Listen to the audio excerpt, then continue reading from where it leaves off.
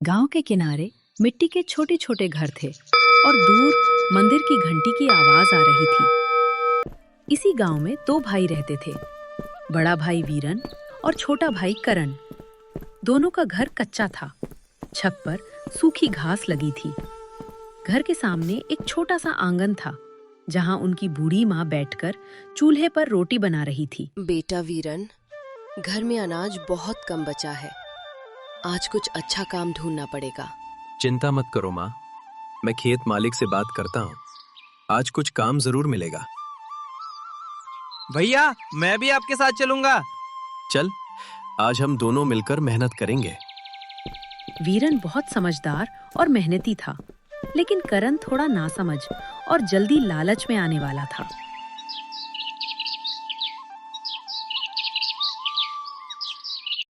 गांव के बाजार में चहल पहल थी। सब्जी वाले अपनी दुकान लगा रहे थे और बच्चे इधर उधर खेल रहे थे। इसी बीच एक आदमी दूर खड़ा सबको ध्यान से देख रहा था। उसका नाम था महेंद्र। वो चालाक और लालची था। आज कोई अच्छा मौका मिल जाए तो मजा आ जाए। तभी उसकी नजर करण पर पड़ी, जो भोलेपन से इधर उधर देख रहा था। अरे छोटे, क्या नाम है तुम्हारा? मेरा नाम करण है। काम करना है? बिना मेहनत के बहुत पैसे कमाना चाहते हो? सच में? कैसे? यही वो पल था जहां करण की जिंदगी बदलने वाली थी। महेंद्र करण को एक कोने में ले गया। देखो, गांव के मंदिर में एक पुराना खजाना छिपा है। अगर हम उसे निकाल ले तो बहुत अमीर बन जाएंगे।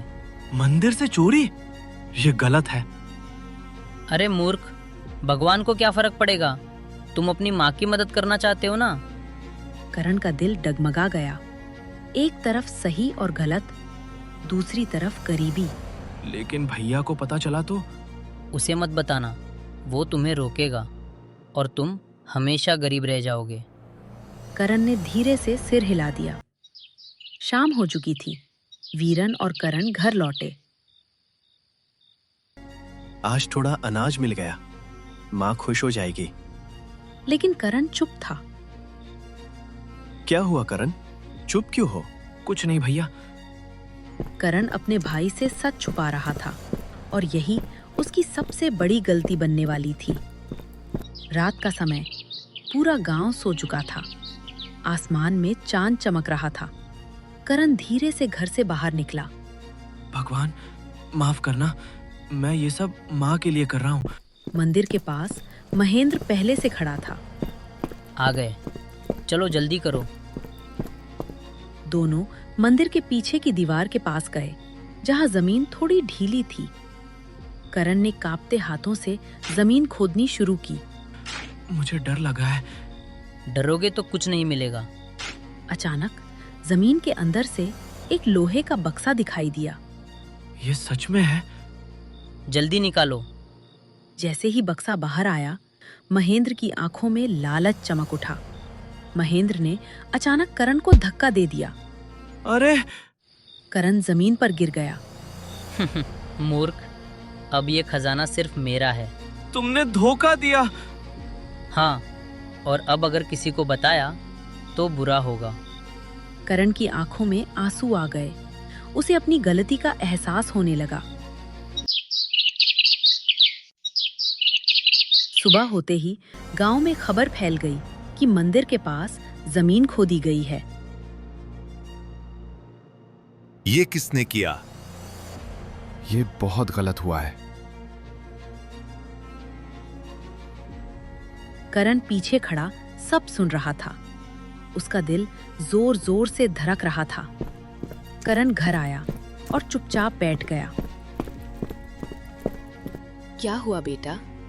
माँ, मुझसे बहुत बड़ी गलती हो गई। करण फूट फूट कर रो पड़ा।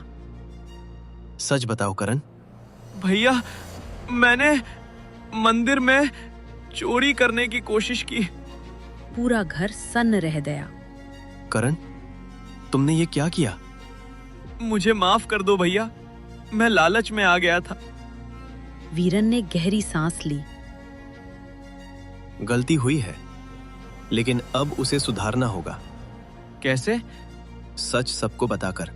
यही वो पल था जहां से कहानी बदलने वाली थी। सुबह का समय था। वीरन और करण मंदिर के पास खड़े थे। हवा हल्की चल रही थी, लेकिन माहौल भारी था। करण, अब पीछे हटने का कोई रास्ता नहीं है। हमें सच सबको बताना होगा। भैया, गांव वाले मुझे माफ करेंगे क्या? अगर दिल से पछतावा है तो भगवान भी माफ करते हैं, गांव वाले भी करेंगे। करण ने गहरी सांस ली और हिम्मत जुटाई।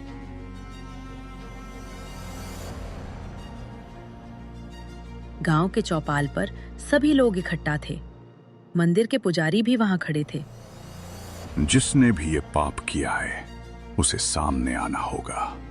चारों तरफ सन्नाटा छा गया। तभी करण धीरे धीरे आगे बढ़ा। ये सब मैंने किया है। पूरा गांव हैरान रह गया। क्या तुमने मंदिर में चोरी की? शर्म नहीं आई? मुझे माफ कर दो, मैं लालच में आ गया था। वीरन आगे आया। गलती इसकी है, लेकिन असली गुनहगार कोई और है। कौन? महेंद्र। लोग एक दूसरे को देखने लगे। महेंद्र? वो तो कल से गायब है। अब सबको समझ आने लगा कि असली खेल क्या था। वीरन ने पूरी कहानी सबको बताई। कैसे महेंद्र ने करण को फंसाया और फिर धोखा दिया। ये बहुत बड़ा पाप है। हमें उसे ढूंढना होगा। पूरा गांव महेंद्र को पकड़ने के लिए निकल पड़ा। गांव के बाहर खेतों के पास महेंद्र भाग रहा था। उसके हाथ में वही खजाने का बक्सा था। मुझे जल्दी भागना होगा, नहीं तो सब खत्म हो जाएगा। पीछे से लोगों की आवाजें आने लगी। पकड़ो, भागने मत दो। महेंद्र भागते भागते कुएं के पास पहुंच गया। अचानक उसका पैर फिसल गया। आ! वो जमीन पर गिर पड़ा और बक्सा उसके हाथ से छूट गया। करण दौड़कर आगे आया। अब भागने नहीं दूंगा। पहली बार करण ने हिम्मत दिखाई। उसने महेंद्र को पकड़ लिया। छोड़ मुझे। नहीं, अब सच्चाई सामने आएगी। गांव वाले भी वहां पहुंच गए। यही है असली चोर।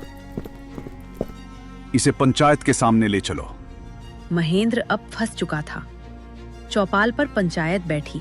महेंद्र, तुमने लालच में आकर बहुत बड़ा पाप किया है। मुझसे गलती हो गई।